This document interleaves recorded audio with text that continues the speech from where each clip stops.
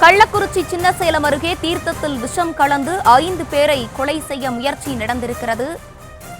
கள்ளக்குறிச்சி சின்னசேலம் அருகே தீர்த்தத்தில் விஷம் கலந்து 5 பேரை கொல்ல முயற்சி நடந்திருக்கிறது. நண்பரின் குடும்பத்தை சேர்ந்த 4 பேர் மற்றும் நண்பர் ஒருவரை கொல்ல முயன்ற சாமியார் தொடர்பான அந்த அண்மை செய்தியை பார்த்து வருகிறோம். தீர்த்தத்தில் விஷம் கலந்து 5 பேரை கொல்ல முயற்சி நடந்திருக்கிறது. கள்ளக்குறிச்சி மாவட்டம் சின்னசேலம் அருகே உள்ள அம்மங்களத்தூர் பகுதியில் முரளி என்பவர் சாமியாராக உள்ளார்.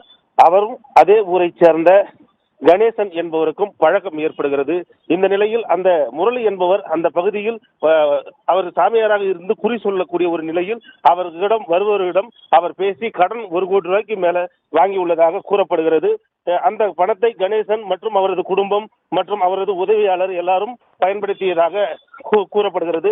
இந்த பணத்தை பெற்றுக்கொண்ட இவர்களுக்கு இந்த கடனை திருப்பி தர முடியாத நிலை ஏற்பட்டுள்ளது.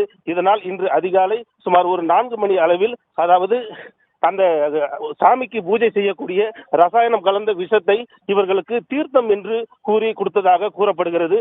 அதனை இந்த கணேசன் மற்றும் அவரது மனைவி ராஜாம்பாள் மற்றும் அவர்களது மகன்கள் கண்ணன், முத்தையா மற்றும் அவரது உதவியாளர் ராமமூர்த்தி ஆகிய 5 பேருக்கும் கொடுத்து கொலை செய்ய முயற்சித்ததாக கூறப்படுகிறது.